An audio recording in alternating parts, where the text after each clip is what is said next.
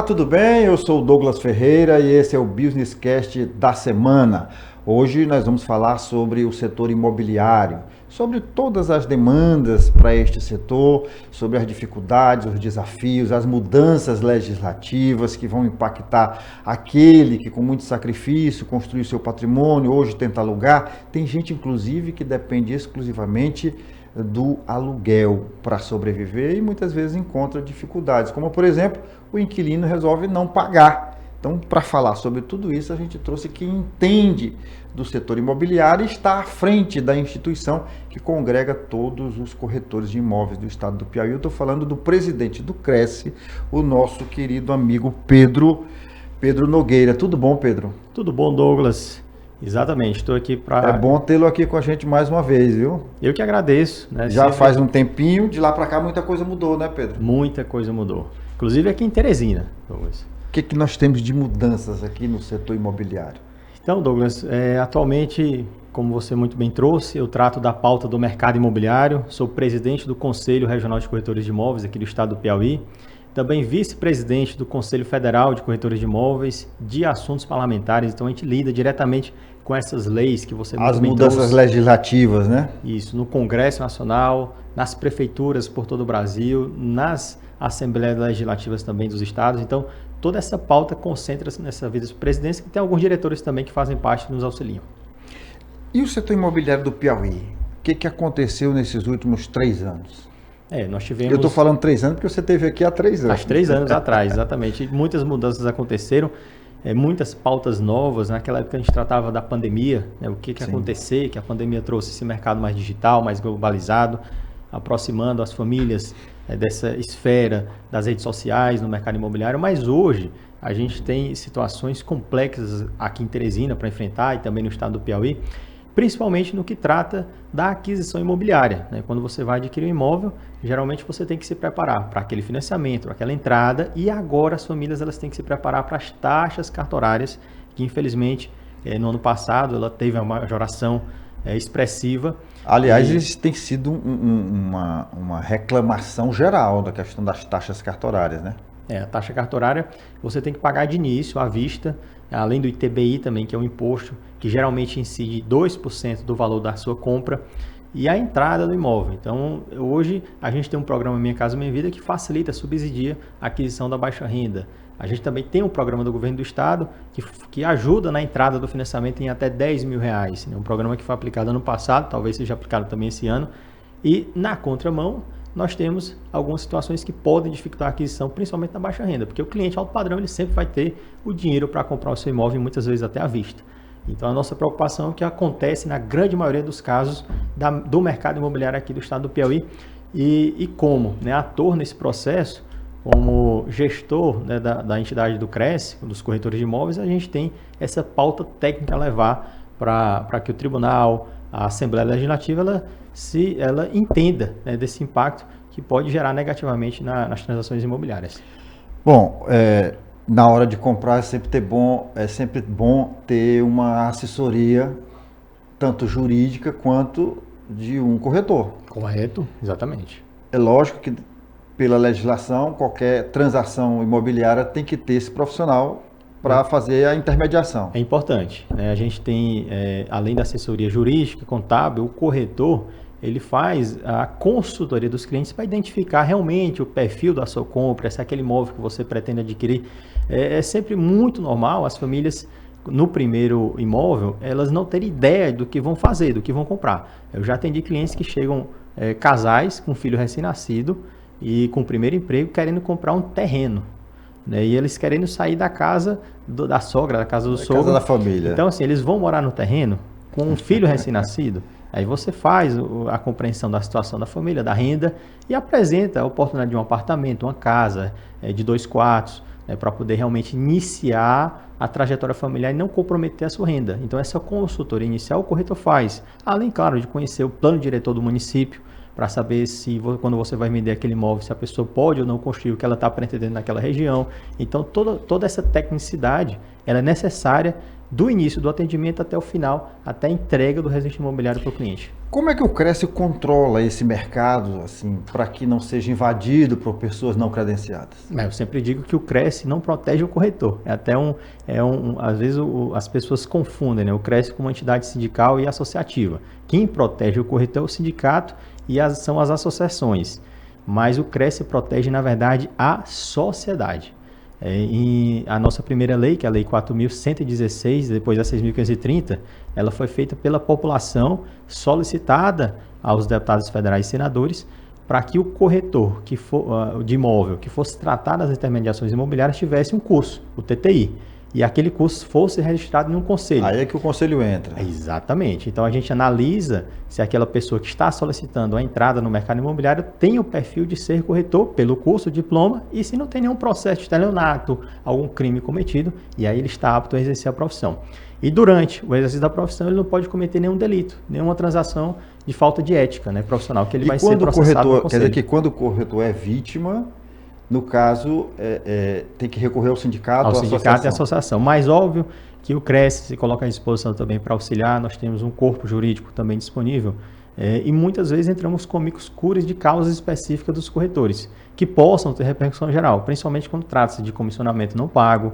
Então temos decisões recentes, inclusive, de clientes que não pagaram a comissão do corretor, o Cresce participou como amicus curiae da causa e o corretor foi vitorioso com sucesso. Só que especificamente a gente não consegue ter a situação específica na nossa legislação, não permite que façamos essa assessoria jurídica especificamente disponível para os corretores de imóveis. A gente sempre tem que fazer de uma forma global. E fazemos, né, a análise do mercado imobiliário para ser sempre um bom ambiente de negócio.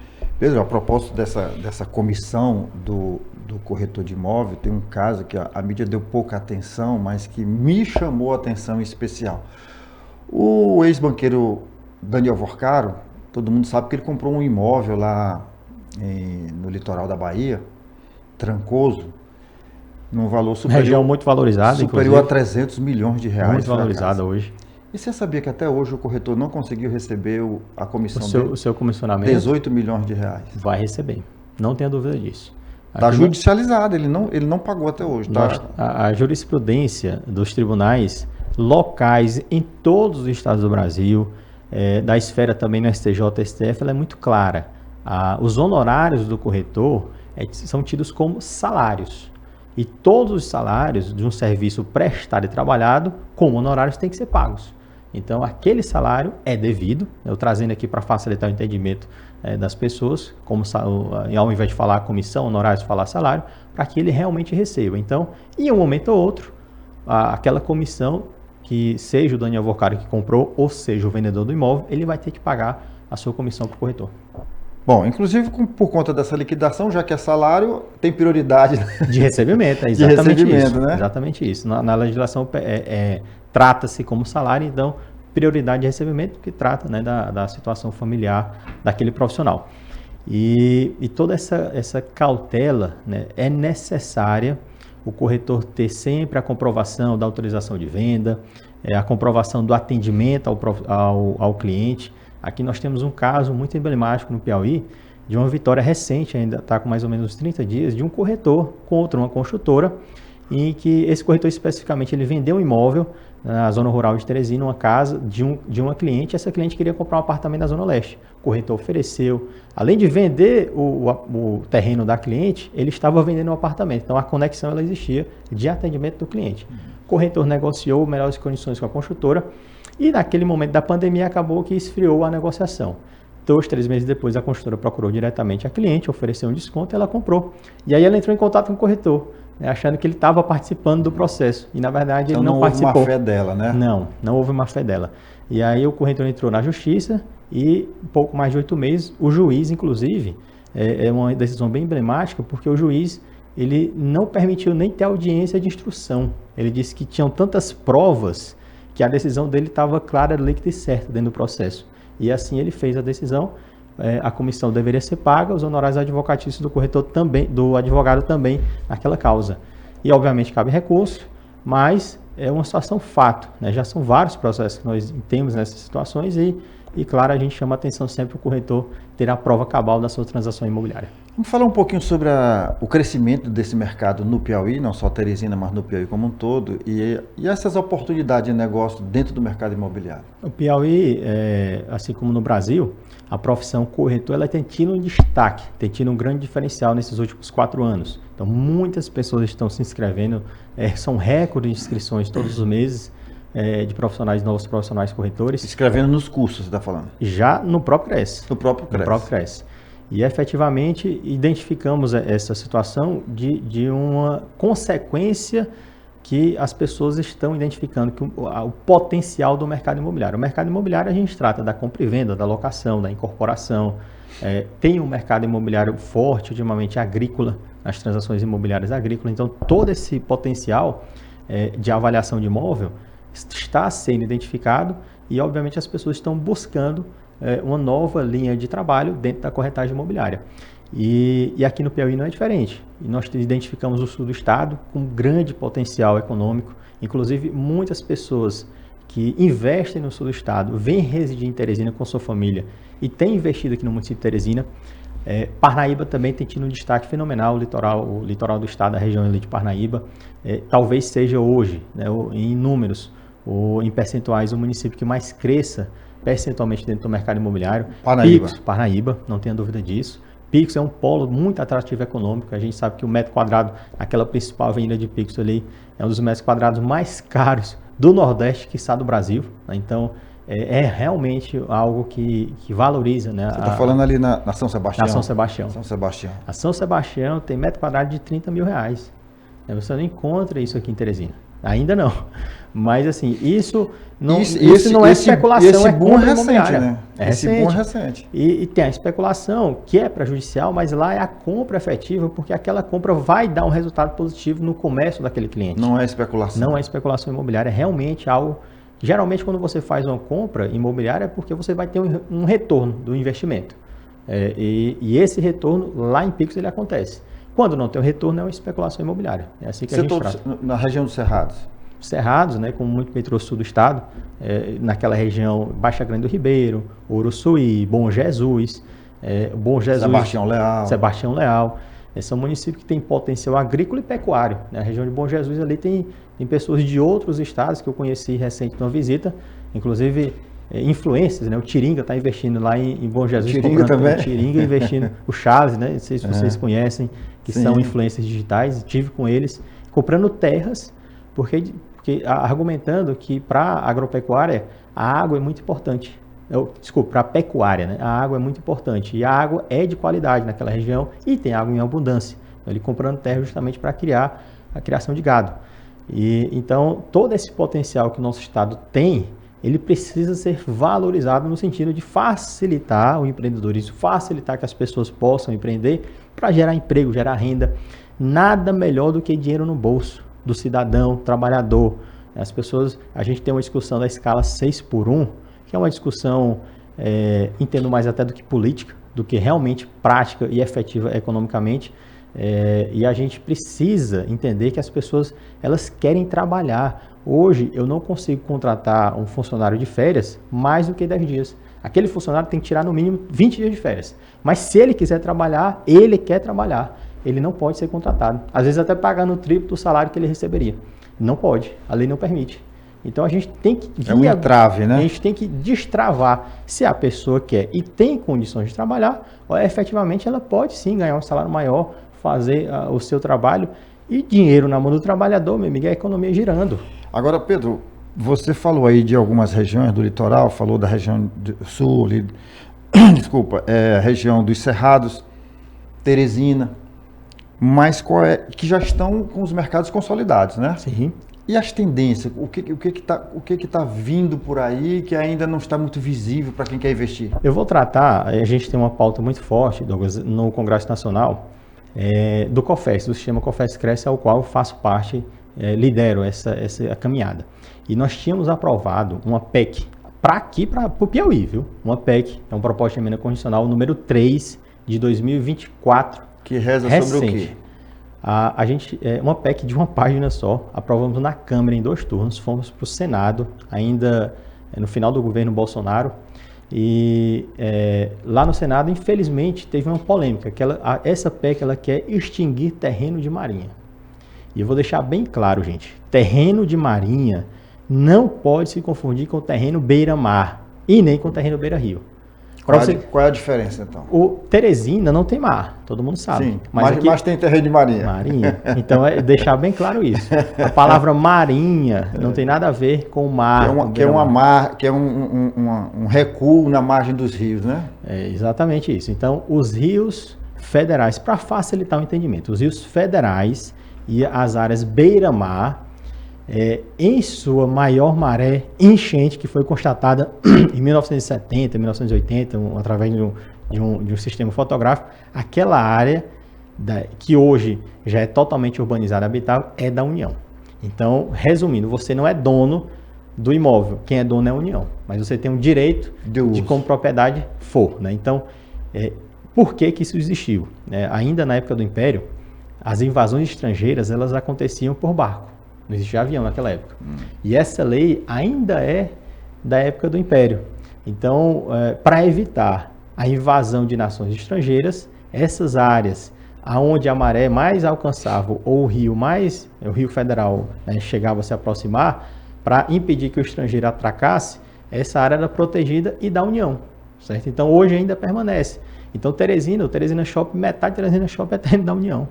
E já está urbanizado. E a sua explicação agora foi que veio clarear as minhas ideias aqui, porque eu sempre questionava isso. Como é que se avalia terreno de marinha se tem um prédio a 50 metros do rio e ele não entra em terreno de marinha? E tem um a 300 metros que entra no terreno de marinha. Então eu estou imaginando que é por conta das marés, né? E então, da cheia do rio. Da cheia do rio.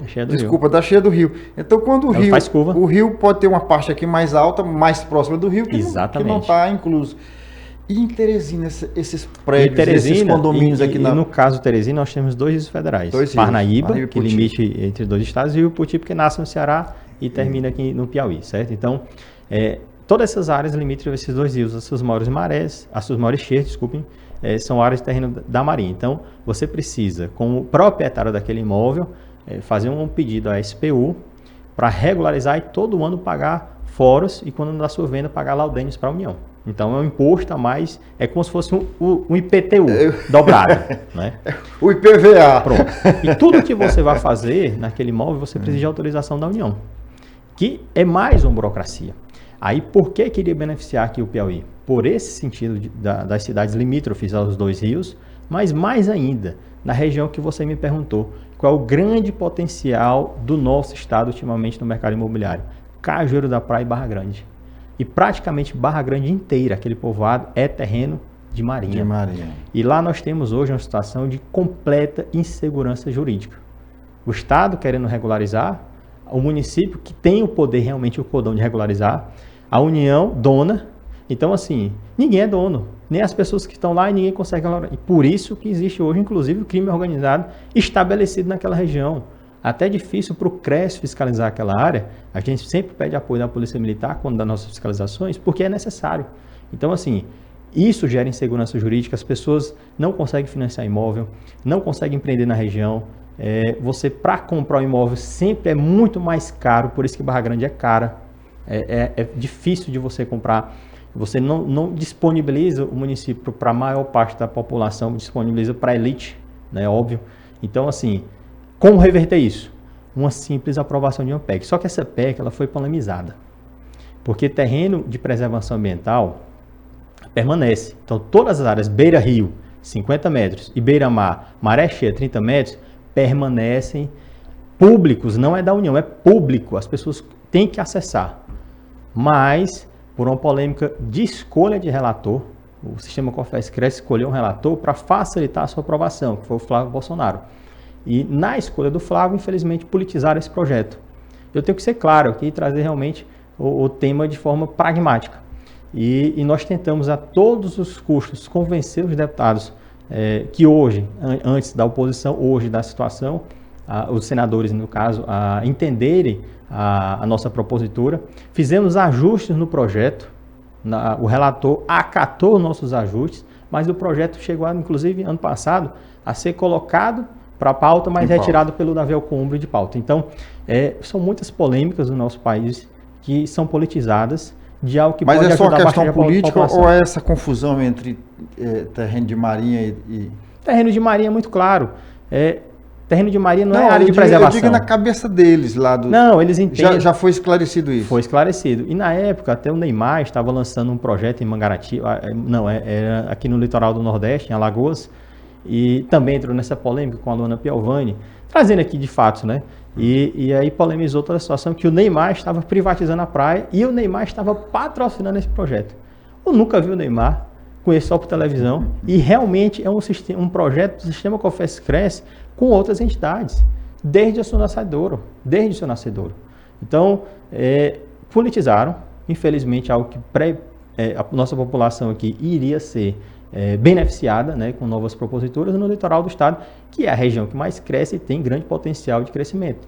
Infelizmente, a gente tem que trabalhar esse projeto, voltar à pauta, e acredito eu que próximo ano a gente consiga evoluir bastante, passa nas políticas. Presidente, vamos voltar para Teresina, vamos falar dessa questão, por exemplo, dessa polêmica envolvendo o IPTU.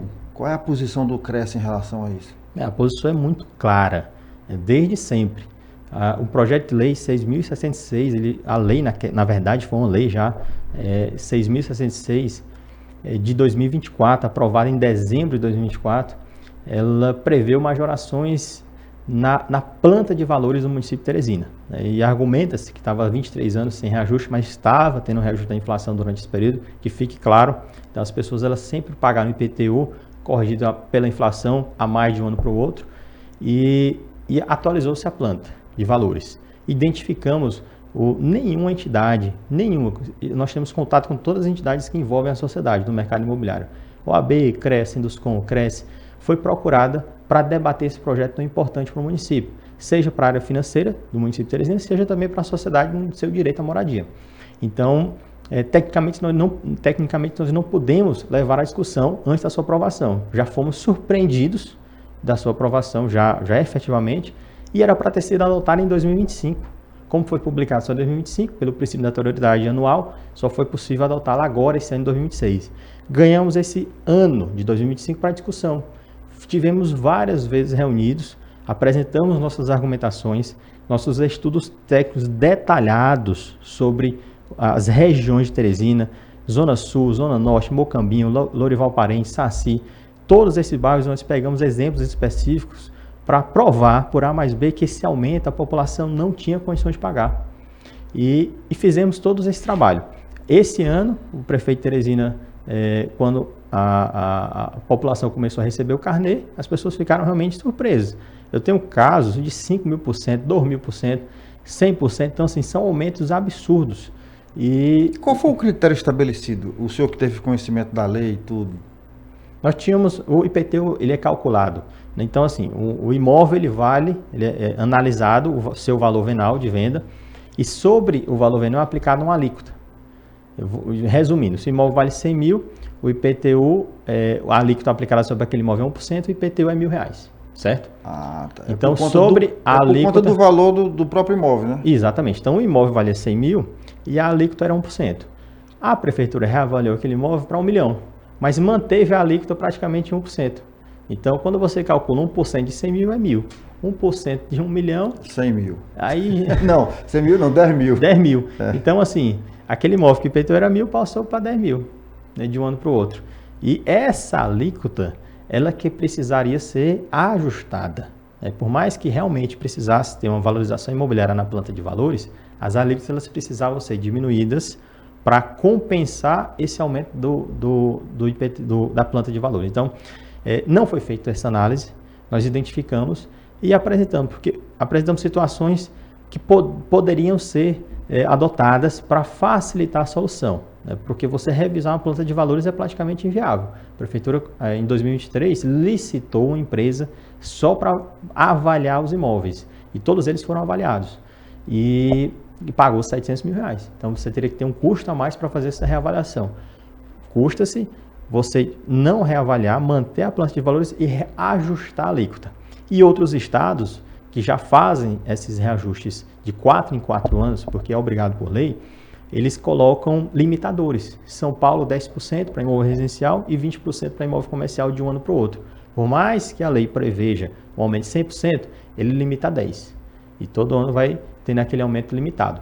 Aqui, a prefeitura acabou voltando atrás da primeira situação, levou à discussão realmente das entidades, estivemos reunidos com eles, e adotaram um limitador de 25%. Ainda alto, né? Ainda alto. É o ideal? Não é o ideal. Mas é o que foi possível se fazer, tendo em vista o impacto, inclusive, da majoração do valor do imóvel, que passou de 38 mil, a isenção, para 130 mil. Então, essa isenção obrigou-se a fazer um limitador maior. E a gente, próximos anos, a gente vai também reapresentar nossa propositura para que o limitador seja reduzido. 25% vai ser de imediato ou escalonado? A escalonado em 10 anos. Só que os 25% já no primeiro ano. Então, se o seu IPTU era para aumentar 100%, vai aumentar 25%. E durante 10 anos, aquele 100%, ele vai chegar. Mas aí ele vai chegar escalonado. Mas a primeira lapada, como já você diz, é 25%. Porque, são 25%. E nós não estamos aqui para fazer um debate que não seja técnico. E a prefeitura apresentou seus argumentos. Nós analisamos realmente nessa última análise que levou à Câmara. E o aumento da isenção de 38 mil para 130 mil gerou realmente esse maior teto para ajuste de IPTU, que na análise do Conselho, 15% seria o ideal, ou o dobro da inflação do ano anterior. Então a gente tem essa argumentação, vamos buscar novamente, junto à Câmara, junto à Prefeitura de Teresina, que isso aconteça. Mas é uma discussão política inclusive salutar, porque é assim que funciona, as instituições trabalham e esclarecem para que o poder público possa adotar, mas claro, tudo é com o tempo e depende também do nosso trabalho. Presidente, muito se tem falado hoje sobre o centro de Teresina, enfrenta todo tipo de dificuldade. Como é que o senhor vê essa questão do centro, a questão de IPTU, a questão... Dentro da realidade do centro, Douglas, é muito emblemática essa sua fala, porque existe outra lei, que não é essa do IPTU, que prevê que os imóveis residenciais do centro de Teresina são isentos de IPTU. Mas hoje não existe mais imóvel residencial no centro de Teresina. A maioria é comercial. Ninguém mora mais no centro. Ninguém mora mais. Então, o comercial continua sendo cobrado, IPTU ainda alto. E uma das formas, né, de você revigorar a atividade, tanto a habitação como a atividade econômica no centro, é você dar incentivos para as pessoas voltarem. Porque o que causou, né, a doença do centro, quando a gente geralmente vai tratar um paciente, você identifica a doença, né, o problema, para colocar o remédio. Qual o problema do centro? A população saiu do centro e depois o comércio saiu, por insegurança, por não incentivo. Quando desocupou o centro, estamos com problema. Então, o que você tem que fazer? Curar. Você volta com a população para o centro, incentivando a habitação, e volta logo em seguida também com o comércio, com as atividades, com as instituições. Como seriam esses incentivos? Que tipo de incentivo? Nós temos, inclusive, aprovado recente um trabalho do CRES e do Sinduscom para que projetos imobiliários de incorporação de habitação sejam facilitados. Então, hoje, para você aprovar uma incorporação imobiliária, você demora, às vezes, 2, 3, 4 anos. No centro de Teresina, é bem mais rápido. A lei, ela obriga que ela seja aprovada em até 90 dias, desde apresentado o projeto.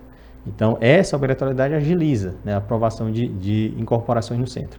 Quem morar no centro de Teresina, existe um imóvel, certo? E aquele IPTU daquele terreno é R$1.000.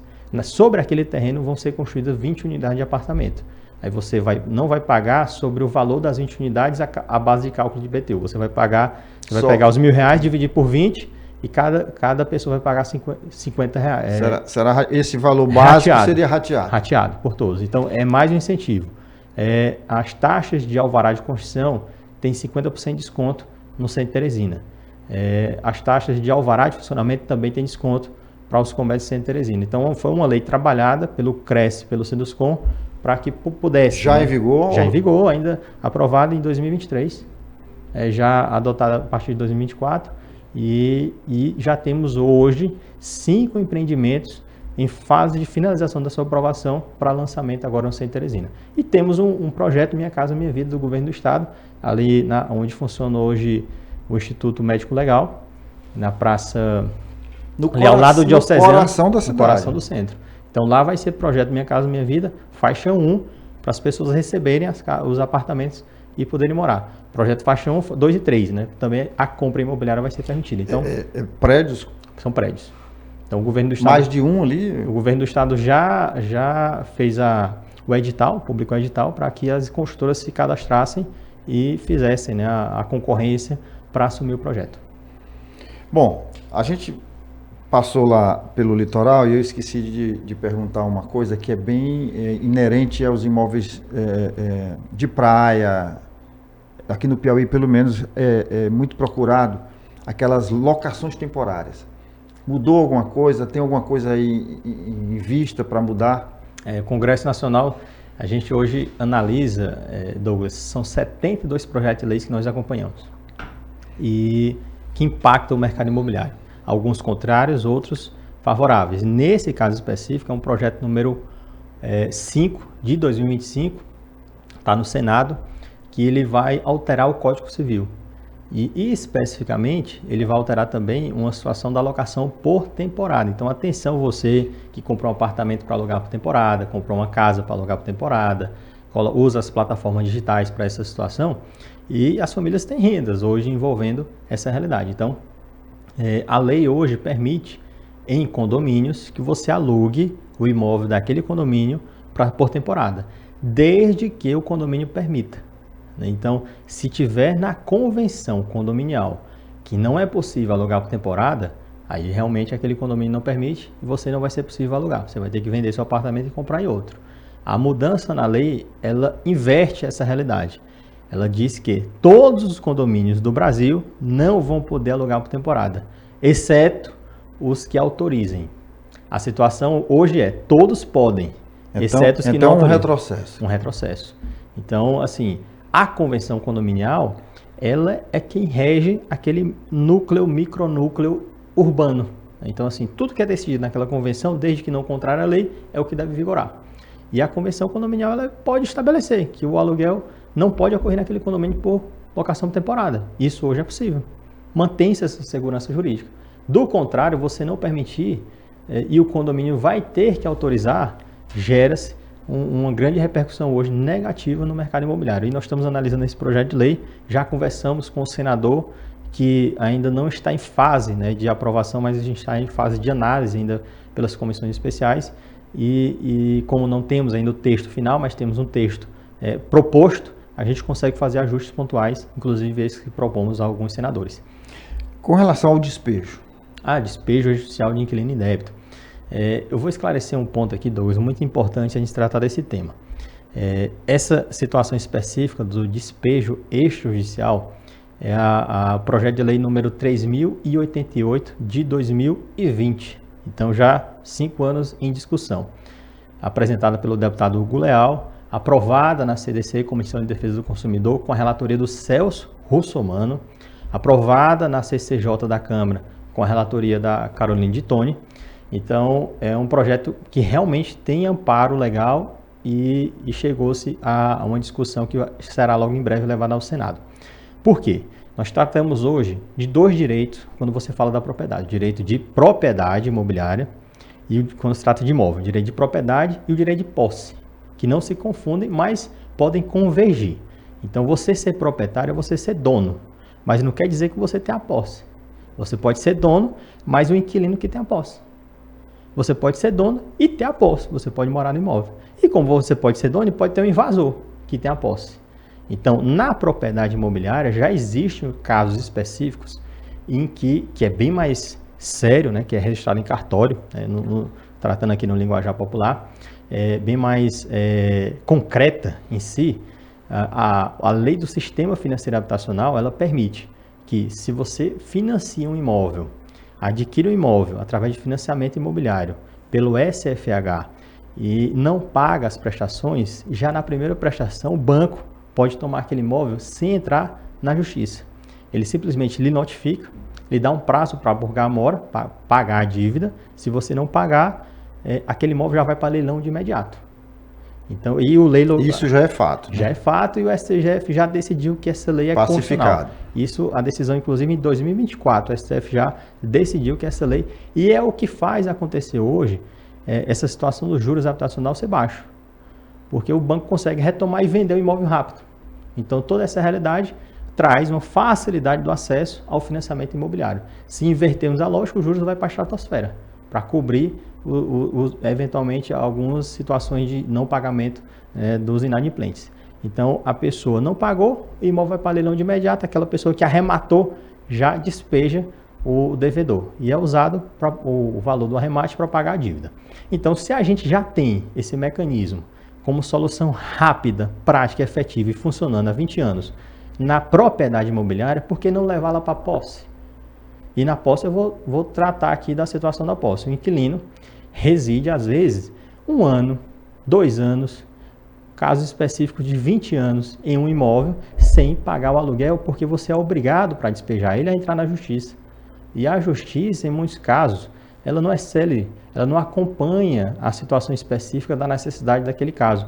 Então, muitos aluguéis, praticamente 80%, são de pessoas que durante toda a sua trajetória de trabalho juntaram dinheiro, compraram um imóvel e usam aquele imóvel como aluguel para ter uma renda na sua aposentadoria. Que hoje a aposentadoria pública do INSS ela não mantém praticamente, não paga nem os remédios, né, de um idoso. Como diz um amigo meu, não paga nem os cachés. Né? Não paga nem os cachés. Então, a pessoa se programa durante 30, 40 anos da sua vida para ter essa renda. E ali ela tem a renda frustrada. Não é justo. Então, assim, tem que se ter uma maneira rápida e ágil de inquilino em débito. E os inquilinos, muitos inquilinos, a inadimplência ela não é tanta, né? A inadimplência geralmente gira em torno de 10%, 8% na locação imobiliária. Mas são pessoas que corriqueiramente fazem isso. Elas se aproveitam dessa brecha legal.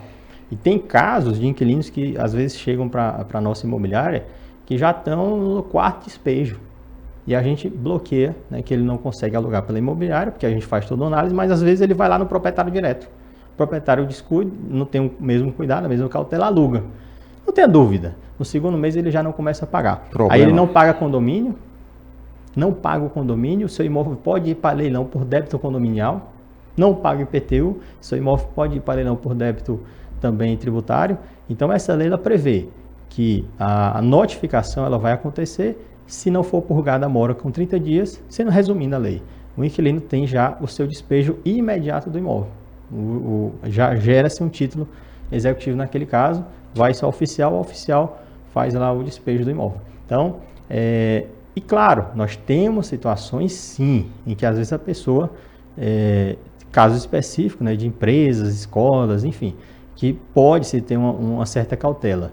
E a lei já prevê essas situações, né, que se caso o inquilino tenha alguma situação que justifique a sua inadimplência, ele vai entrar na justiça para cancelar aquele título executivo. Então, tudo isso agiliza, facilita. Quanto menos a gente precisar do Estado para organizar a nossa vida, você sabe que é muito mais... Então, a saída seria essa equiparação aí. Essa equiparação. Então, se no direito à propriedade já trata disso, por que não no direito de posse? Então, a gente já tem uma experiência muito salutar na propriedade e temos agora que ter também na posse imobiliária. O senhor falava no início aqui na nossa conversa sobre a questão dos módulos rurais. O que tem de novo aí? Importante. Esse projeto de lei, ele é recente, de 2024, o deputado Zé Trovão, a gente já aprovou ele na Comissão Agrícola da Agropecuária, já aprovamos na CCJ, estamos agora em fase de análise no Senado, a partir desse ano, e é o projeto de lei 6.088. Para quem quiser analisar, né, pode inclusive colocar e pesquisar fácil todos esses números e encontrar o projeto. É simples e prático. Hoje nós temos uma situação de alguns imóveis rurais em que esses imóveis, devido ao seu tamanho, não têm a regularidade. E são imóveis, né, que facilmente poderiam ter a regularidade e a propriedade plena, né, ter o registro do imóvel em nome de quem está como proprietário. Então, o módulo rural é o tamanho mínimo que o imóvel rural tem que ter. Então, existe nas cidades zona urbana e zona rural. A zona urbana você pode ter lote 10 por 20, 10 por 30, 15 por 35, porque o perímetro urbano permite. Passou do perímetro urbano, o menor tamanho são 20 mil metros quadrados. Hoje é o que diz a lei. E a redução seria para quanto? Para 5 mil metros quadrados. Porque já nós temos muitos sítios com 5 mil metros quadrados. Né? Na minha família tinha um com 3 hectares. 3 hectares já são 30 mil metros quadrados. Sim, desculpa, não era 3 hectares, corresponde a 3 lotes. 3 lotes. Urbanos. Então, assim, nós não podemos ter um tamanho muito pequeno, como também não podemos ter um tamanho muito grande. Então, 5 mil já é uma realidade que identificamos no Brasil. E essa lei prevê essa diminuição e as prefeituras elas vão poder adotar ou não, porque hoje a lei ela prevê, a lei federal que as prefeituras podem adotar o módulo rural de 20 mil a 30 mil metros. Aqui em Teresina são 20 mil metros. Então, quando a gente aprovar essa lei, reduzindo para 5, o município de Teresina pode adotar 1 hectare, porque é a realidade aqui do município. Baixa Grande do Ribeiro pode adotar continuar com 2 hectares, porque é a realidade lá local. Então, cada realidade do Brasil é uma específica. E a pessoa que é dona daquele imóvel, ela tem que preservar 20%. Então, assim, nada melhor do que a própria pessoa para preservar ambientalmente o seu imóvel, o próprio proprietário. É difícil o Estado manter a segurança e a preservação dos seus imóveis, mas o proprietário preserva, porque ele é obrigado por lei e ele vai ser penalizado. Então, a gente trata aqui também de um direito ao meio ambiente, da preservação ambiental. Como dizia um amigo meu, o Brasil é plural e continental, né? Então, cada localidade é uma realidade diferente. Cada região, você vê pelo sotaque, pela forma de encarar a vida, de viver, né? Tem uma situação específica, o Cresce, em todo o Brasil ele é chamado de Cresce, mas só em 2 estados no Brasil ele é chamado de Cresci. Por causa da... Cresci. Então, olha essa diferença. Então, Santa Catarina e Rio Grande do Sul é Cresci. Em todo o Brasil, o restante do Brasil cresce. Bom, nós estamos chegando ao final, presidente, mas ainda vamos ter um tempinho. Eu vou só agradecer aqui as instituições e as empresas que nos apoiam. O nosso abraço muito carinhoso para quem faz a Estrada Móvel, uma empresa genuinamente piauiense, com a atuação no transporte de colaboradores de grandes grupos empresariais, uma atuação sobretudo na região dos Cerrados, levando os trabalhadores para as grandes fazendas, produtoras de soja, enfim, tanto no Piauí quanto no Maranhão. Também as instituições do SENAC, o SESC, que dispensa apresentação pelos relevantes serviços que prestam ao pessoal do comércio. A Léo Madeiras, do amigo Marcos também, está aqui com a gente. O Movimento Empreender Piauí, na pessoa do seu presidente Marcelino Lopes. A Automaster, a Pneubec, a Socimol, que dispensa apresentação, uma empresa industrial do Grupo Claudino, aqui em Teresina. Temos também a Pax União, 53 anos no mercado, prestando serviço às famílias nos momentos mais difíceis que se tem, que é na hora exatamente de se sepultar um ente querido. E as instituições do SESI, do SENAI e do CIEP, o Centro das Indústrias do Estado do Piauí. Chegamos ao final, presidente, acho que foi dado o recado. Se não tiver sido dado, você vai voltar aqui em outro momento para conversar com a gente. Douglas, agora eu espero voltar nesses 3 anos com boas informações. Sim, mas menos. Do mercado, mas menos problema. Menos problema, né? Problema, né? Porque a gente, nesses últimos 3 anos, enfrentamos desafios importantes, mas estamos aqui para seguir adiante, né? Desafio é normal. Olhe para aquela câmera ali, deixe o seu recado para quem pretende investir no mercado imobiliário, não só em Teresina, mas no Piauí como um todo. Perfeito. Douglas, eu quero inclusive agradecer ao MOVE, presidente Marcelino, a todos que compõem também a TV MOVE, em seu nome, pelo convite. Estarei sempre à disposição para estar aqui esclarecendo os pontos importantes do mercado imobiliário. Quero deixar claro, né, o mercado imobiliário ele deve permanecer sempre um bom ambiente de negócio. Nós tratamos de direito à moradia, de um direito básico da população, de investimentos, avaliações imobiliárias, locações, tudo isso envolvendo inclusive o comércio em si. E os corretores de imóveis, aquele recado, né, a gente sempre atuando com ética, lisura, compromisso, a gente sempre vai alcançar os nossos objetivos. E quero aqui deixar a quem quiser investir no mercado imobiliário, é um local de excelente investimento, diversificando sempre, óbvio, mas deixando aqui o recado para a importância da atividade imobiliária em nosso estado. Ok, e vocês já sabem, né? nos ajude a divulgar todas essas informações que foram prestadas aqui. Se você ainda não é inscrito no nosso canal, recebeu o link aí de alguém, de um amigo, de um grupo de WhatsApp, você nos ajuda a divulgar. Manda para o teu grupo de família, manda para o teu grupo do WhatsApp da igreja que você frequenta, do trabalho que você está, se você mora em condomínio, da associação do condomínio, do WhatsApp do condomínio, WhatsApp da associação de moradores, manda para o mundo, que todo mundo precisa ficar bem informado. E eu conto com você na próxima semana. Até lá. Obrigado, Até lá, presidente. muito obrigado. Obrigado.